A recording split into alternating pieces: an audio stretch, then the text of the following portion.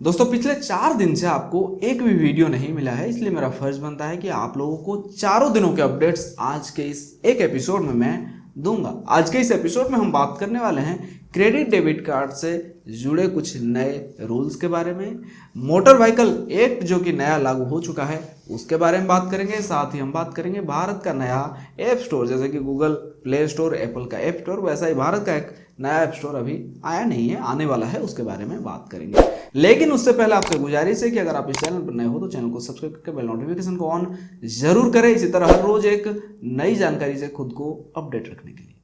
दोस्तों सरकार ने मोटर वाहन संशोधन अधिनियम 2019 में एक नया धारा ऐड किया है जिसका नाम है 134A।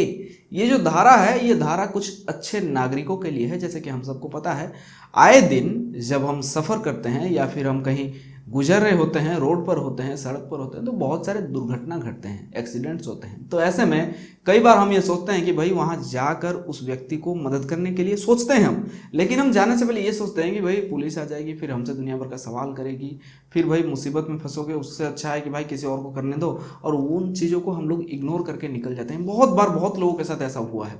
तो ऐसे में क्या होता है, ये जो धारा है 134A, इसके तहत यहाँ पे आपको परेशानी नहीं होगी अगर मुसीबत में फंसे, एक्सीडेंट में फंसे किसी व्यक्ति की आप मदद करते हो तो।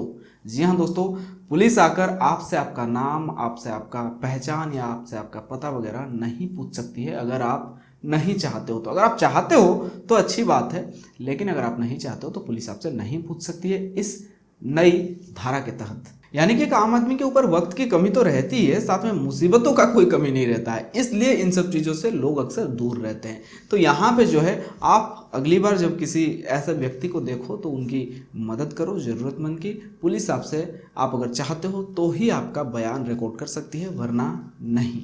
साथ ही दोस्तों अस्पतालों पर भी एक रूल लागू हुआ है, चाहे वो अस्पताल निजी हो या सरकारी हो, उन्हें अपनी वेबसाइट पर इन बातों को लिखना होगा साफ साफ कि धारा 134A के तहत अगर एक्सीडेंट में फंसे किसी व्यक्ति की कोई मदद करता है तो मदद करने का मतलब वो गवाह बनना, ऐसा अगर वो सोचता है तो ये गलत है। ऐसा नहीं, अगर आप चाहो तो गवाह बन सकते हो या फिर अपना बयान रिकॉर्ड कर सकते हो, वरना आप वहाँ से मदद करने के बाद जा सकते हो। ये बातें अस्पतालों की वेबसाइट्स में, अस्पतालों में या फिर ज़रूरी स्थानों पर लिखा हुआ भी अब आपको दिख जाएगा। जब मोटर वाहन एक्ट की बात हो रही है तो यहाँ पे एक और नया मोटर वाहन एक्ट आपको मिल जाएगा। केंद्र सरकार द्वारा मोटर वाहन संशोधन अधिनियम 2019 के तहत अधिसूचित परिवर्तनों का एक हिस्सा 1 अक्टूबर यानी कि गुरुवार से लागू हो चुका है। यानी कि दोस्तों अब आपको अपने गाड़ियों से जुड़ी जो कागजात होती है, जैसे कि DL, RC या फिर बाकी के जो डॉक्यूमेंट्स होते हैं, वो अब आपको अपने साथ लेकर जाने की कोई ज़रूरत नहीं होगी। यानी कि M परिवहन या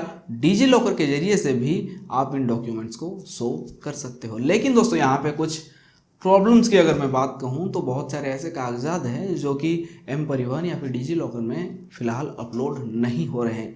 तो ऐसे में मेरी आपसे गुजारिश है कि अगर कोई डॉक्यूमेंट M परिवहन या डिजी लॉकर में अपलोड नहीं हो रहा है तो उस डॉक्यूमेंट को अपने साथ लेकर ज़रूर जाएं, उसकी ज़रूरत आपको पड़ सकती है।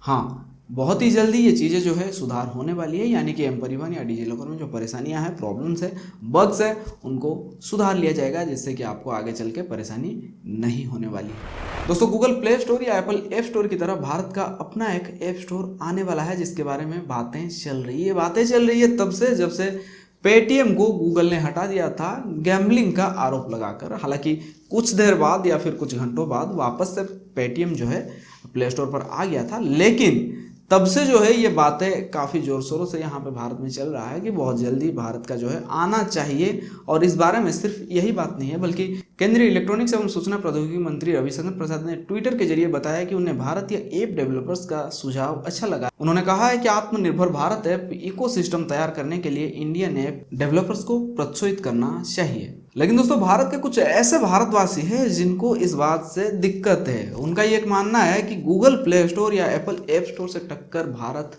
नहीं दे सकती है। तो उन तमाम लोगों को मैं कहना चाहूँगा कि भाई थोड़ा इंतज़ार करो, थोड़ा सब्र करो। आप हार और जीत का फैसला अभी से कर रहे हो जब भारत ने हिस्सा ही नहीं लिया है। हो सकता है अच्छा ना हो सकता है लोगों को पसंद ना आए, लेकिन हिस्सा तो लेने दो यार। घर बैठे बैठे हार मानने से अच्छा है थोड़ी कोशिश तो कर लिया जाए। दोस्तों, आरबीआई ने 1 अक्टूबर से एक नया रूल लागू किया है, नया नियम लागू किया है सारे बैंकों पर। यानी कि भारत में जितने सारे बैंक है उनका अगर डेबिट कार्ड या क्रेडिट कार्ड आपके पास है तो ऐसे में उन कार्ड्स पर नए रूल्स अप्लाई हो चुके हैं। ये जो नए रूल्स है वो फोन कॉल पर जो लोगों को लूटे जा रहे थे, जो आजकल का कॉमन टॉपिक है, इसके बारे में हर किसी को पता है, फिर भी लोग फंस जा रहे हैं इसमें। तो ऐसे में इन चीज़ों को रोक लगाने के लिए ये चीज़ें की गई, ये नियम लागू हुआ है। दरअसल यहाँ पे आपको जो कार्ड आप लोगे तो यहाँ पे आपको आपके कार्ड के लिए बहुत सारे सर्विसेज जो है वो आपको नहीं मिलेंगे। साथ ही कार्ड का लिमिट भी आपको खुद से तय करना होगा कि आप अपने कार्ड से कितने रुपए की लेन देन करना चाहते हो। आरबीआई के मुताबिक ग्राहकों को एटीएम, पीओएस मशीन या ऑनलाइन पैसे ट्रांसफर करने व ऑनलाइन खरीदारी की लिमिट तय करनी होगी। इस लिमिट को आप एटीएम, बैंक या फिर इंटरनेट बैंकिंग के जरिए से या मोबाइल बैंकिंग के जरिए से आप इनको कम बेसी कर सकते हो। इसके साथ ही अगर आप अपने कार्ड में इंटरनेशनल ट्रांजैक्शन चाहते हो तो ये बातें आपको बैंक को बताना होगा। यानी कि आप अगर भारत के बाहर अपने कार्ड का इस्तेमाल करना चाहते हो तो बैंक को आपको बोलना होगा कि ये सर्विस जो है मुझे दे दी जाए। या फिर आप ऑनलाइन ट्रांजैक्शंस में अपने कार्ड को इस्तेमाल करना चाहते हो तो भी आपको बैंक से इसकी परमिशन लेनी होगी, यानी कि बैंक को रिक्वेस्ट करना होगा तो बैंक ये सर्विस जो है आपका एक्टिव करेगा। ऐसा नहीं कि आपने नया कार्ड लिया और भाई ऑनलाइन ट्रांजैक्शन करने के लिए आप आ गए, तो ये चीज़ें जो है आपको नहीं मिलेगी। ऑनलाइन के लिए आपको नए रूल्स के मुताबिक आपको परमिशन यानी कि रिक्वेस्ट करनी होगी बैंक को, तब बैंक जाकर एक्टिव करेगा। अगर आप एक नया कार्ड लेते हो तो इसमें एटीएम के साथ पीओएस वाली सर्विस वो भी भारत के अंदर ही आपको इस्तेमाल करनी होगी, यही चीज़ें आपको मिलेगी।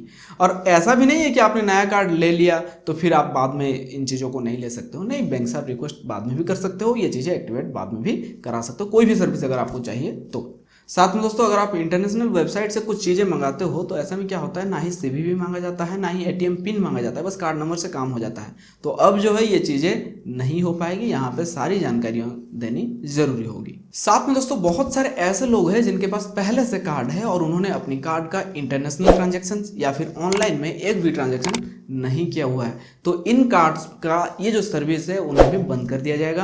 अगर आपको उस तरह की कोई सर्विस चाहिए तो आपको बैंक से कांटेक्ट करनी पड़ेगी। आप घबराएं नहीं कि आपका कार्ड जो है ऑनलाइन इस्तेमाल नहीं हो रहा है, अगर नहीं होता है तो बैंक की तरफ से इसको बंद किया गया है आरबीआई के ऑर्डर पर। आज के लिए सिर्फ इतना ही। उम्मीद है आपको ये एपिसोड अच्छा लगेगा। अगर अच्छा लगता है तो वीडियो को लाइक करें, जानकारी को दोस्तों तक पहुंचाने के लिए वीडियो को शेयर जरूर करें। चलता हूं, फिर मिलूंगा एक और नई जानकारी के साथ, तब तक के लिए टेक केयर, बाय बाय।